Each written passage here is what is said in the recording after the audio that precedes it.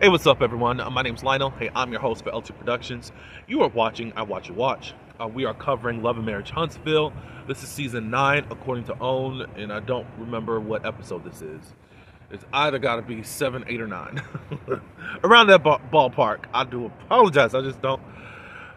Too many shows. Anyways, I appreciate everyone for coming to my channel. Thank you for your support, and thank you for liking this video. And you can go on and subscribe to this channel if you are new here.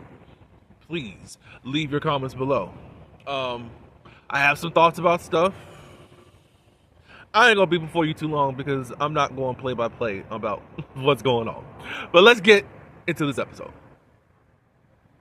So we start off where we left off last episode, where Ken's making his speech about taking care of children and da-da-da-da-da. All of a sudden, Marquez says, "I'm the daddy." Hey. He comes, joins them. It's awkward. People are looking at him crazy. Looking at each other crazy. Da-da-da-da-da-da. Ken gets done with his speech. Ken was taking a dig at Dude. But Dude, Marquez, was already making a spectacle of himself, trying to play really crazy. And I feel like a lot of that got back to Ken and to Trisha. And Ken decided, okay, I'm just, I'm gonna go there with this dude because don't do this. So right after Ken got done, all of a sudden Ken grabs his children, his daughter and son, make sure he hugs them, da da da da da da. And then back at the cast table, as I like to call it, they're all having their reactions. Most of the people have gotten up by now, except for Mel and Maurice. So Mel was talking for just a quick second about what she was seeing there, da da da da da, and then she said, "Okay, Maurice. Now, I did want to talk to you concerning your DUI," and I'm not saying that the way that she said it before anybody tries to play semantic games, as y'all love to do, because that's what she does, being manipulative. And I saw that the day after that you were kind of just celebrating and all that good stuff, da da da da, and I just was like, I wish you would have approached it a little bit different than what you did, da da da da da. Maurice ended up saying, so you're coming to me by what you think you know. Well, I'm going by what the report says. So you weren't there, right? No, I was not there, but the officer was there, so he had to have made the right report. Then Maurice said that the officer wasn't there. Okay. I don't know. I really got to read into what actually transpired. I don't know if all of it is out there. Possibly Maurice is just going to explain himself at the reunion. I don't know. Anyways, there was this back and forth. Mel felt like Maurice was getting defensive, and Maurice felt like you were being condescending to him, and you were in attack mode. Attack mode? Oh, I can't deal with this. Let me go get something else. She getting up because now Maurice has hit something inside of her. At this point, Kimmy came back. I see Destiny had came and da-da-da-da-da, had sat down and all that good stuff, and they're still going back and forth. Kimmy's in the confessional like, look, I know that there's going to be questions and all that, but look, keep it cute. I'm sorry, but y'all acting like Kimmy is just supposed to throw her husband under the bus and all this other stuff, and I'm lost. I'm really lost. Y'all act like she's just supposed to sit there and take whatever. Like, y'all don't even do that for your own people. Like, I just don't get y'all in this show. I don't get it. I know y'all want some truth, y'all want some answers. It's still a legal case. Well, it's not even a legal case because he got the charges dropped. Me personally, I don't feel like that Maurice should have done that the following day. As far as free Maurice and out there in the streets, it was just like, it was weird to me. And I also felt the way because, like, y'all don't know how people are affected knowing that people are driving irresponsibly on the road. You don't know who's lost anyone.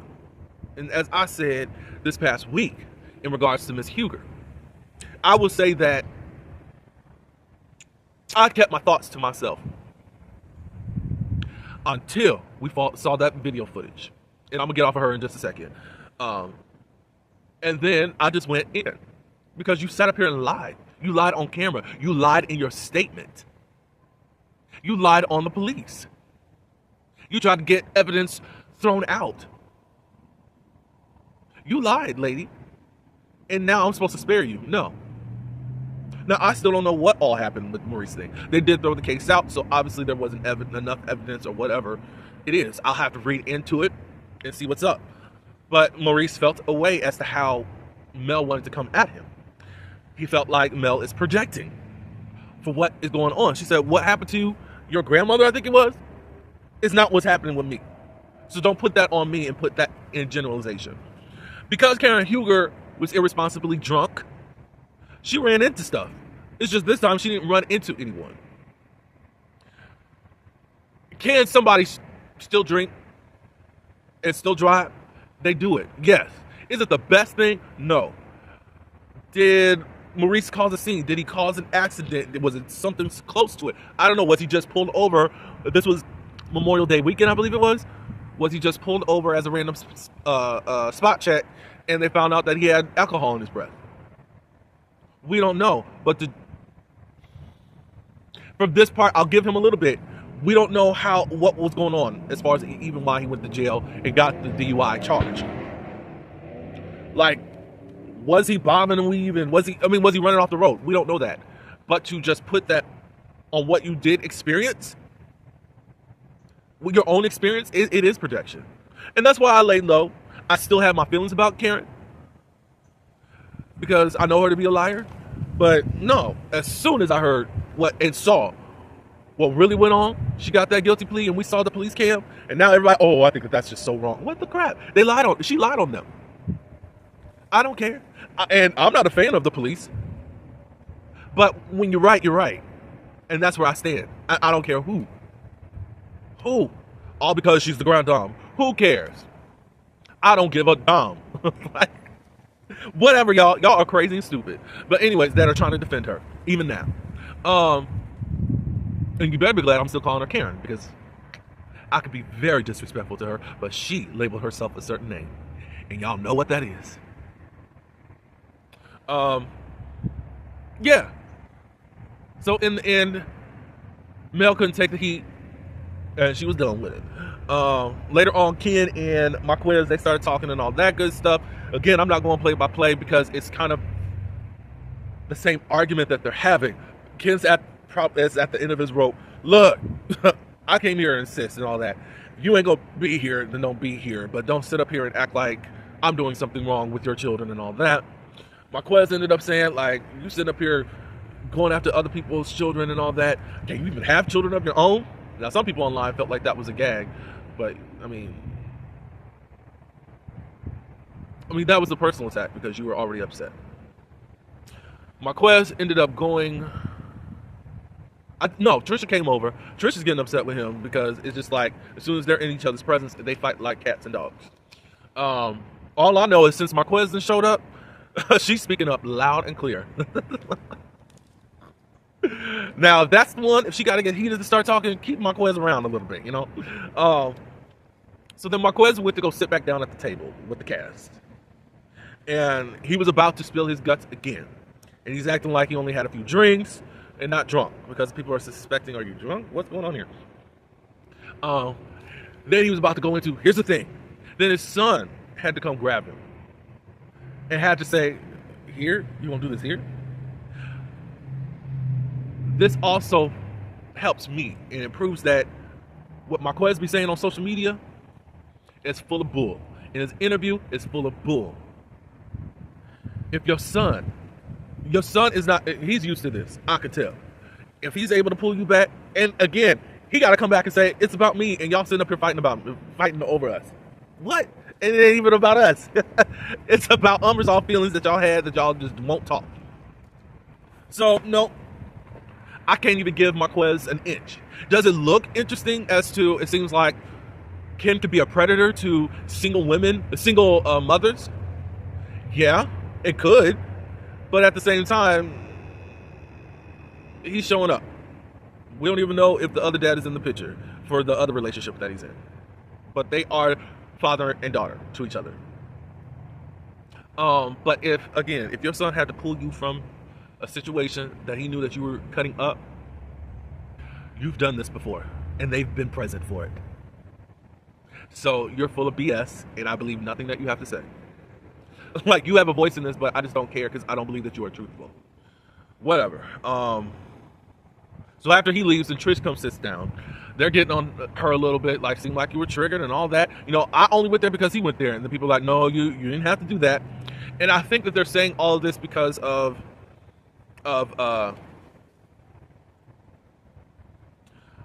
they feel like Trisha, this was about the children, and it should not have happened here. I think Mel wants to still talk about it and say, I think that they still in love with each other because you're just so passionate about it. And she's like, no. Mm-mm. So we're finally done with that. I don't know what was next, but we'll go with this. Tisha, Kimmy, and Trisha, they go out to lunch, dinner, whatever. They get to talking. Tisha said, oh, it looks like I missed out on all the action, all that, Basically, you want to be nosy and messy along with them. So she wanted she hate that she missed the whole Trisha thing so that she could be an eyewitness reporter of what the shenanigans that were going on at the graduation thing. So, what was it? So they get to talking, and the subject came up about the whole Maurice thing. We find out that Mel was drilling the girl, Trisha, about Maurice. And I think Trisha was out there at least the next day or whatever. She wanted to get specifics about this, that. Okay, so did you go to another bar? I said, ma'am. So it doesn't feel like anything of that meeting with Mel and Trisha was authentic. It was to get more information about this Martell thing that she said that she doesn't care about, but it seems like she does care about. And to also get information about this whole Maurice thing, and also get feedback to help carry her case along. Tisha co-signed, like, yeah, when she was trying to insinuate that Maurice had lipstick on his lips, I'm like, what? And Kimmy said, well, she didn't say any of this to me. And the thing that I have against her, and I'm saying that, is that you don't want these assumptions about you. You get mad about that. And now you're doing it and playing it around the group. And then you can't even come to me about it. And that's her gripe. I think I'm missing something out of the scene, out of those scenes. No, Destiny wasn't in the scene past that. It just seems like I'm missing something. Oh. We're going to break that because there's too much Trisha and stuff. Chris and Nell, they're having like fencing lessons, or at least participating in some fencing. At least they're trying different things. I thought that was cute. Something different that we're seeing on TV. Cool. It looks like Nell got a full head of hair. Okay, ladies, and I'm just going to be light on this. I kind of just wish y'all go back to wearing your natural hair. Or even if you got to do silk outs or whatever. Y'all become too reliant on these lace fronts. And a lot of y'all, to me, look a mess. And y'all look boring. If for some reason all y'all want to do is to part the thing and have all your hair over here. And, of course, the baby hairs. I'm sick of y'all. Can y'all come up with something else, please? Ladies, let's go back. Let's go back to the 90s and all of those hairstyles.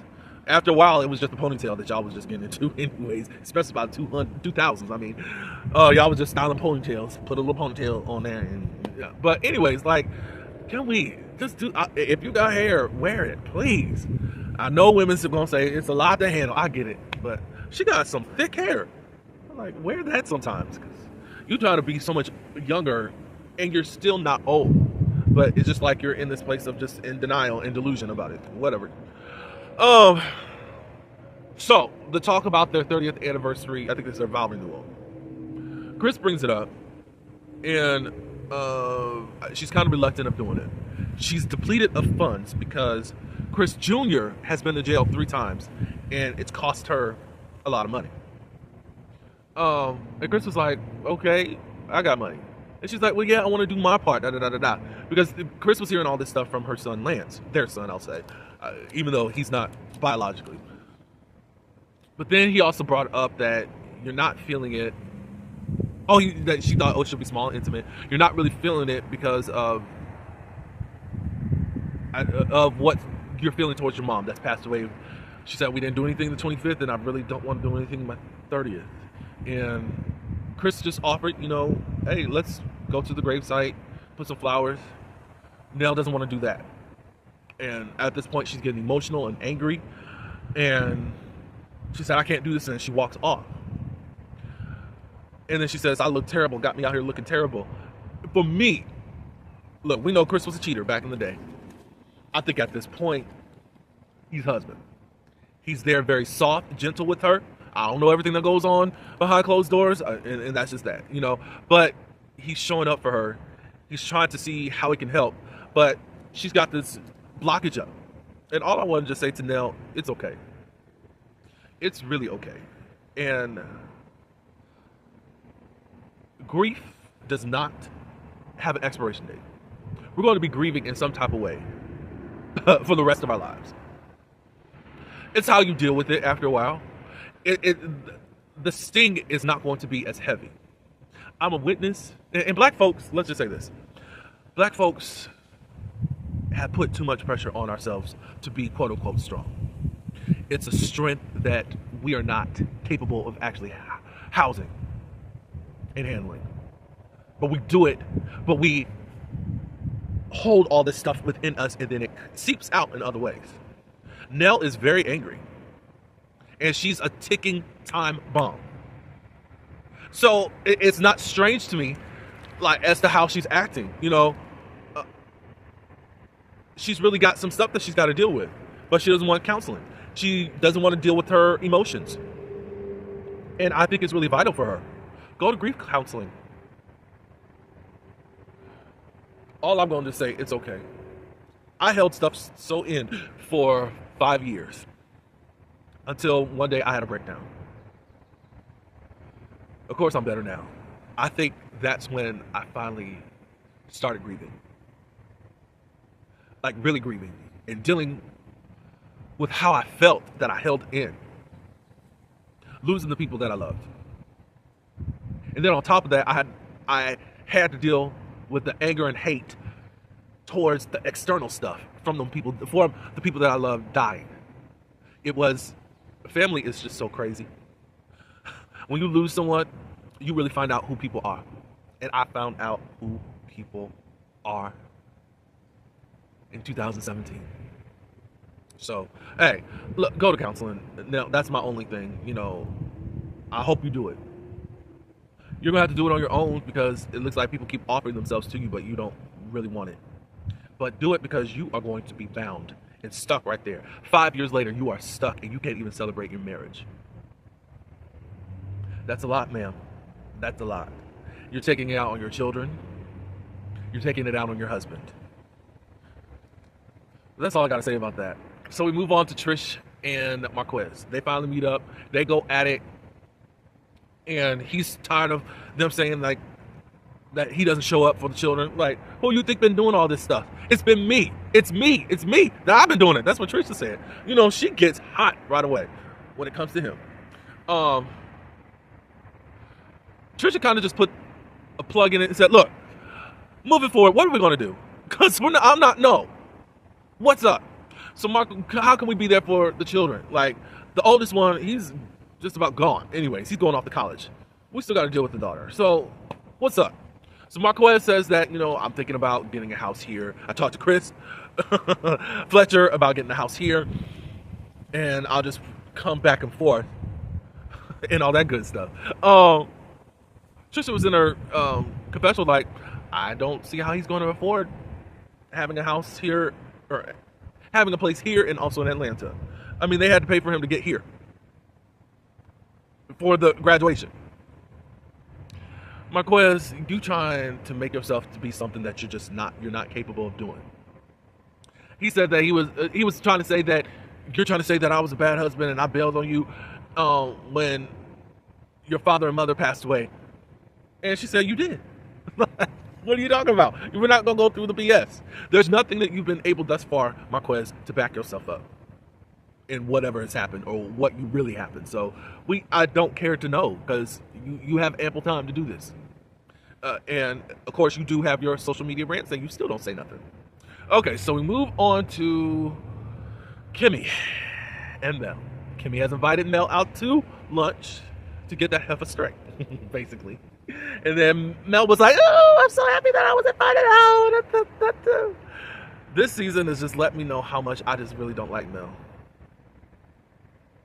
I'll always defend her up against that other knucklehead of a man that she married. I mean, y'all twins in personality wise. But look, you still got a crazy personality. Even after all you've been through, after all the fastings that you go through, all the praying that you go through. And as I said in other videos, you rely on spirituality and your astrology sign. So your astrology sign gives you a path for how you actually treat people. And you've said it many times. I'm a Scorpio. I get it. Anyway, so Kimmy just brings up, the stuff that's been going on and what she's been hearing of what you've been saying about Maurice. And Kimmy's trying to get a fair, at least trying to get an explanation like, so why are you going around insinuating stuff about Maurice and you didn't even come to me? She said, well, I was under the assumption that you didn't really want to talk about it. So when you said you didn't want to talk about it, I just backed up. I said, when did I say that and that directly about what? I just thought when I was questioning stuff about it, when you were talking things about the case, what did I actually say to you? I don't know. So about this whole red lipstick thing, like, how come you never came to me? And I want you to speak further, since you're going around to everyone else about this red lipstick thing. But I'm not going to speak on that. You already know how I feel. You already heard from other people. Right then and there, I would have jumped over that table if I was Kimmy. Don't play in my face. Mel is so manipulative and is such a punk, and I mean it all. You are a punk. Don't sit up here and act like you just this badass producer and I'm calling out everybody and you deserve your karma, and then when somebody that's gonna check your tail, you can't say nothing. Oh, well, you know what you already heard what I said, so I'm just not gonna speak on that. And she's in her confessional. No, you need to talk to Maurice about the lipstick thing. Ma'am, you're the one that's bringing it up. And then she ended up saying, you need to speak to other people about what they are talking about this whole situation. Ma'am, the only other people that are talking about it is people on YouTube. And you got the whole red lipstick thing from YouTube. And that's from your fan base. Nobody else is talking about the red lipstick but you. So name names, but you don't. Mel is the type of person that wants to insinuate things, just drop little droplets here so that she could keep her hands clean, so that she can say, well, I didn't say that. I know. Then she's in her confessional acting like she is the master, well, what did I say? The cheater whisperer. Women got intuition, and those are things you could tell. She should have just denied that that wasn't red lipstick. If he was so innocent, then she would have said, no, I know for sure he didn't have any lipstick on. Who are you talking to? What audience are you talking to? You sound stupid. Not only are you arrogant, narcissistic, pompous, condescending, you are a manipulator, a deceiver, a punk. You're doing all of this in the name of being messy. I don't mind you being messy, but if you can't own your ish, then get off the playground, because you look stupid. And I'm coming this hard because people are congratulating you, but you got nowhere with nobody. You ran around to Trisha. You ran around to Tisha. She didn't give you nothing. You ran around to anyone else? No. Well, then you couldn't get nothing from them, so you tried to go to Maurice, and he shut you down. And then Kimmy. You tried to go to Kimmy too, and she shut you down. Kimmy come back and say, okay, so you're doing all this fool-la-la behind my back. Let's talk about it. Because the thing is amongst this group is that we're supposed to be, if we have an issue, let's talk it out, let's deal with it so that we can move on. No. Mel, Cherie Rogers is stuck back in seasons 2 and 3 and possibly 4. She wants her revenge, but she looks stupid getting it. You look stupid. Yes, do I want the Scotts to open up? And I don't even want to defend them, but you just look more dumb. Melody, Cherie Rogers. But I just, what really pissed me off is that you couldn't stand in your shit. that you are starting amongst the group, and nobody's falling for it.